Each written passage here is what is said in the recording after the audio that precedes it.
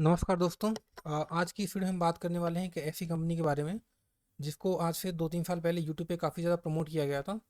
जैसे अगर आप देखो तो कई सारे उस टाइम वीडियो बने, जैसे दीपक नाइट्राइट को छोड़ो, महंगा होने से पहले उठा लो, टारगेट 800 का, पकड़ नहीं पाओगे, दीपक नाइट्राइट का बाप, है ना, 10,000 लगा दो बस करोड़पति बन जाओ। मतलब 10,000 दो लगा के कोई भी करोड़पति नहीं बनता है।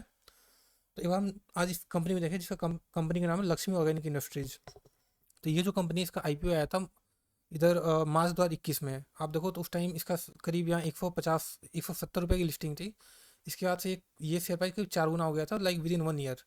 तो इस टाइम ये इसका ग्रोथ का फेज था। उस टाइम मार्केट में लिक्विडिटी बहुत अच्छी थी। कोविड के बाद एक काफ़ी अच्छी रैली आई थी जिसके अंदर मोस्टली जो देश थे उन्होंने क्या किया था, चाइना प्लस वन एक पॉलिसी लागू की थी कि हमारा जो बिजनेस हम चाइना के साथ करते हैं उसको थोड़ा कम करके हम बाकी देशों के साथ बिजनेस करेंगे। तो उस टाइम क्या था कि चाइना में स्लो डाउन भी हो गया था। तो उस टाइम इंडिया की जो केमिकल कंपनी थी उन्होंने काफ़ी अच्छा परफॉर्म किया था। तो ये शेयर प्राइस जस्टिफाइड था। बट हाँ, उस टाइम पी बहुत ज़्यादा हो गया था। अगर हम बात करें तो आप देखो तो इसका पी रेशो उस टाइम पे देखो, तो आप देखो यहाँ पे 112 का पी था। लाइक केमिकल कंपनी जो एक रॉ मटेरियल बनाती है, देखो रॉ मटेरियल बनाने वाली कंपनी का पी कभी भी इतना ज़्यादा नहीं हो सकता। क्योंकि देखो, डिफरेंस इज जस्ट लाइक कि आलू बनाने वाला और चिप्स बनाने वाला। जो आलू उगा रहा है उसके प्राइसिंग पावर नहीं है कि वो आलू को मार्केट में जाके बोले यार मैं 100 रुपये में बेचूंगा। ठीक है, अगर वो सारे मार्केट में अगर 10 रुपये किलो बिक रहा है तो उनका भी उसी रेट में बिकेगा। और वो बहुत ज़्यादा फ्लक्चुएट करते हैं। बट जो चिप्स बनाने वाली कंपनी होती है वो सबसे ज़्यादा प्रॉफिट मार्जिन बनाती है क्योंकि वो फिनिश गुड बना रहे हैं। तो रॉ मटेरियल का बनाने वाली कंपनी का इतना ज़्यादा पी रेशियो जस्टिफाइड नहीं है अनटिल अनलेस कि आप कुछ ऐसा बना रहे हो जो दुनिया में कोई और ना बना पाए, या आपके पास कोई पेटेंट टेक्नोलॉजी, या आपको कुछ ऐसा केमिकल है जो दुनिया में कोई और नहीं बनाता। जैसे ग्रीन केमिस्ट्री हो गया, कुछ नए सेक्टर में आप केमिकल बना रहे हो, तो वहाँ पे जस्टिफाइड है। बट अदरवाइज ऐसा कुछ भी नहीं है कि आपको 100 का पी मिले।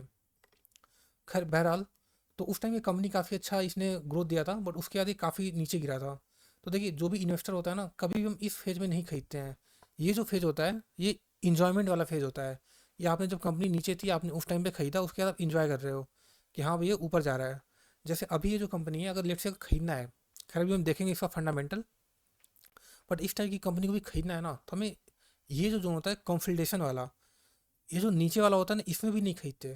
क्योंकि हमें नहीं पता, सॉरी, मतलब खास करके एक फंडामेंटली वीक कंपनी में या जिसके फंडामेंटल बहुत अच्छे ना हो, उसमें हम कभी डाउनवर्ड ट्रेंड में नहीं खरीदते हैं।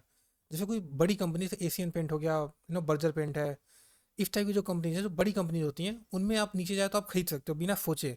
बट इस टाइप की कंपनी में हमें कुछ टेक्निकल का सहारा लेना चाहिए कि यार नीचे आए, एक बार कंसल्टेशन हो, उसके बाद हम खरीदेंगे। क्योंकि हमें नहीं पता होता कि कितना और नीचे जाएगी। जैसे अगर ये कंपनी यहाँ से यहाँ नीचे आई थी, आपने यहाँ पे खरीद लिया होता और सोचते यार ये कंपनी बहुत नीचे आ गई, अब यहाँ से कितना ही नीचे आएगी, तो आप देखो ये और नीचे आ गई। आपने यहाँ पे खरीदा, सोचा कि यार और मतलब ये बहुत नीचे आ गई है, अब तो यहाँ से ऊपर ही जाएगी, बट यहाँ से और नीचे आ गई। तो इस टाइप की कंपनीज में हम कभी भी ये नहीं बता सकते कि बॉटम कब बनेगा।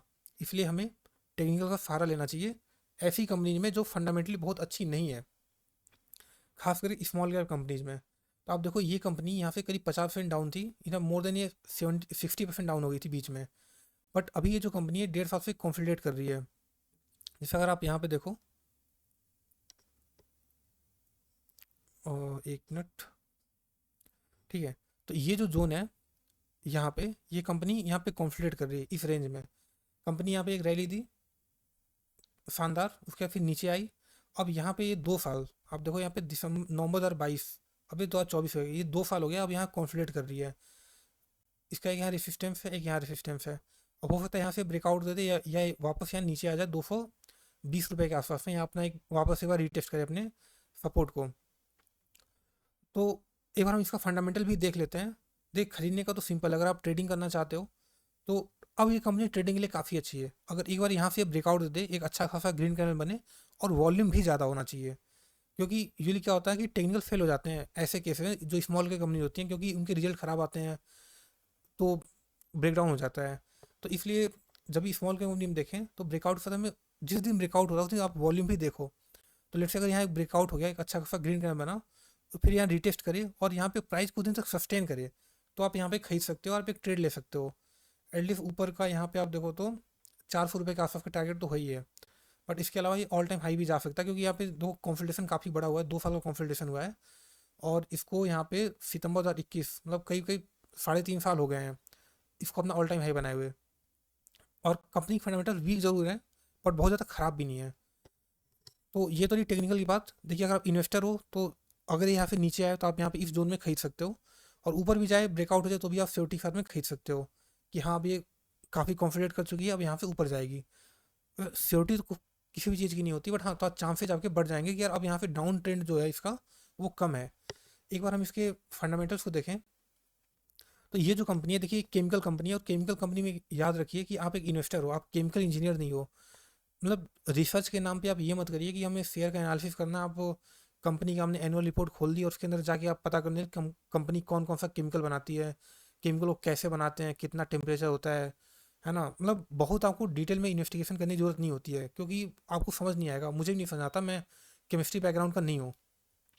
हमें बस ये देखना है कि कंपनी एक्सपेंशन कर रही है नहीं कर रही है, क्योंकि कोई भी कंपनी जो रॉ मटेरियल बनाती है ना, फ़र्क नहीं पड़ता आप क्या बनाते हो, at the end of day आपको एक रॉ मटेरियल बनाना है जो कोई दूसरा यूज़ करेगा। ठीक है, और वो जो डिसाइड करेगा आपको उसी प्राइस पे बेचना पड़ेगा, क्योंकि आगे प्राइसिंग पावर नहीं है। अगर जैसे आप एक केमिकल बनाएं और जो आपको खरीदने वाला वो बोलेगा नहीं मैं तो कम पैसा दूंगा, तो आपको मानना पड़ेगा, क्योंकि अगर वो बेच नहीं पा रहा अपने प्रोडक्ट्स को, आपको महंगे कैसे खरीद सकता है। तो आपके पास प्राइसिंग पावर नहीं होती है। तो हम सीधा बैलेंस शीट पे चेक करते हैं। अच्छा, एक प्रॉफिट एंड लॉस स्टेटमेंट भी चेक कर लेते हैं कि तो कंपनी के सेल्स में दिक्कत है। या मार्च 2022 में यहाँ पे देखो 1700 करोड़ का सेल्स था मार्च 21 में, और ये बढ़ के 3000 करोड़ हुआ, क्योंकि जैसे मैंने तो चाइना के साथ प्रॉब्लम थी, बट अभी इनकी सेल्स डाउन हो गई है या लगभग कॉन्स्टेंट है, बढ़ नहीं रही है। और प्रॉफिट देखोगे तो प्रॉफिट तो बहुत ज़्यादा घटा है, 257 करोड़ से प्रॉफिट घट के 117 करोड़ हो गया है। तो ये कंपनी मतलब प्रॉफिट इसके बहुत ज़्यादा घटे हुए हैं। हालांकि देखिए जब कंपनी खराब होती है तभी हमें खरीदना भी होता है। एक इन्वेस्टर की तरह हमें ये भी सोचना चाहिए कि जब कंपनी खराब करी उसी टाइम में खरीदना होता है। तो क्या अब ये कंपनी यहाँ से अच्छा करेगी? अगर हम बैलेंस शीट चेक करें तो आप देखो कंपनी के ऊपर कर्जा जो है 406 करोड़ का कर्जा था लास्ट ईयर तक, इन्होंने अब इसको रिड्यूस करके 143 करोड़ किया है, तो एक पॉजिटिव चीज़ है कि इन्होंने अपना कर्जा कम किया है। दूसरा बात क्या है, इन्होंने एक्सपेंशन बहुत ज़्यादा किया है। आप देखो इनके फिक्स्ड एसेट्स तो 2021 में आप देखो तो 325 के इनके फिक्स्ड एसेट्स थे, इन्होंने इसको बढ़ा के 879 सॉरी 879 करोड़ इतना कर दिया, मतलब 3 टाइम्स से भी ज़्यादा। और कैपिटल वर्किंग प्रोग्रेस मतलब 444 करोड़ का कैपिटल वर्किंग प्रोग्रेस, मतलब ये लोग और एक्सपेंशन कर रहे हैं। जब ये चीज़ इसके अंदर जुड़ जाएगी ना तो आप समझो 1400 करोड़ की इनके पास फिक्स्ड एसेट्स होगी। मतलब यहाँ 300 से बढ़ के 1400, more than 4 times fixed assets होंगे। तो ये कंपनी की जो ओनली पॉजिटिव थिंग ये है कि ये लोग एक्सपेंशन बहुत अच्छा कर रहे हैं। और किसी भी केमिकल के लिए सबसे इंपॉर्टेंट चीज़ है कि आप एक्सपेंशन करते रहिए लगातार। तो ये एक अच्छी बात है। अगर आप इस कंपनी इन्वेस्टमेंट करना चाहते हो तो सिर्फ ओनली रीज़न यही हो सकता है कि कंपनी इन्वेस्टमेंट बहुत अच्छा की है, और आगे चल के अगर इकोनॉमिक सिचुएशन अच्छी होंगी, यूरोपियन मार्केट और जो चाइनीज मार्केट है बाकी मार्केट अच्छा करेंगे, वहाँ पे इकोनॉमिक एक्टिविटी तेज होगी, तो इन कंपनी को काफ़ी अच्छा फ़ायदा मिलेगा, क्योंकि ये लोग केमिकल को एक्सपोर्ट करते हैं।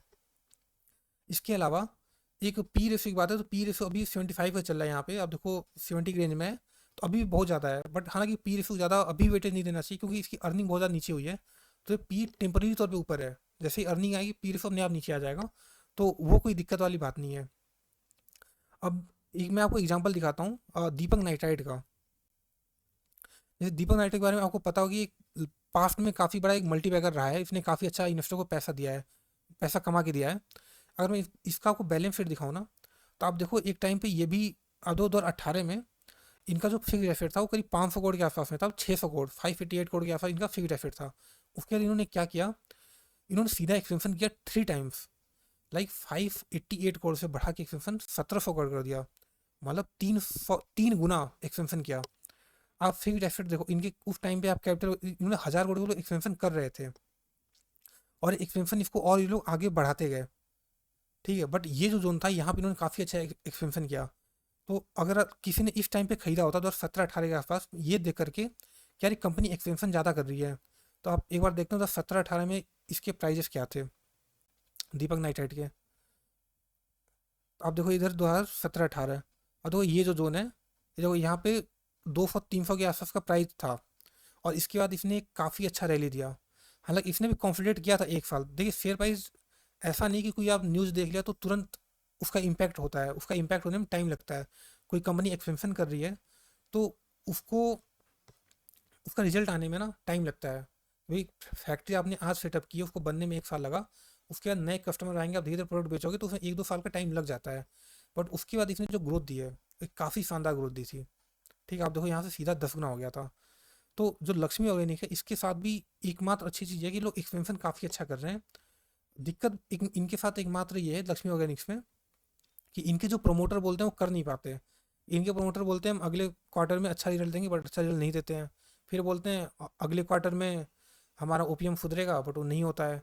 या हमारी एक हम फ्लोरिनेशन के अंदर इंटर कर रहे हैं नेक्स्ट क्वार्टर में, बट वो नहीं हो पाता है। तो मैनेजर जो इनका जो मैनेजमेंट है उतना लाइबल नहीं है। मैं भी इस कंपनी को पिछले 1-2 सालों से ट्रैक कर रहा हूँ। तो इनका मैनेजमेंट उतना लाइबल नहीं है, मतलब जो बात वो बोलते हैं ना, उसे वो टिक नहीं पाते हैं या उसको फुलफिल नहीं कर पाते। तो इस कंपनी के साथ एक दिक्कत ये है लक्ष्मी ऑर्गेनिक के साथ में। बट जैसा कि मैंने बताया आपको कि इस कंपनी का अगर सिर्फ एकमात्र रीज़न है कि आप इसे बेट लेना चाहते हो, तो वो है इनका एक्सपेंशन, कि इन्होंने एक्सपेंशन बहुत ज़्यादा किया है। और बाई चांस अगर इनका तुक्का चल गया, तुक्का तो नहीं पर इन्होंने जो एक्सपेंशन किया है वो अगर अच्छा चल गया तो आपको बहुत अच्छा पैसा बन के मिलेगा। अगर अच्छा, मैं दीपक नाइट्राइट में दिखाई नहीं आपको, उस टाइम आपका पी रेशो देखोगे तो दीपक नाइट का पी रेशो ज़्यादा था उस टाइम। ऐसा नहीं कि उस टाइम दीपक नाइट सस्ती थी, दीपक नाइट्राइट भी उस टाइम महंगा था।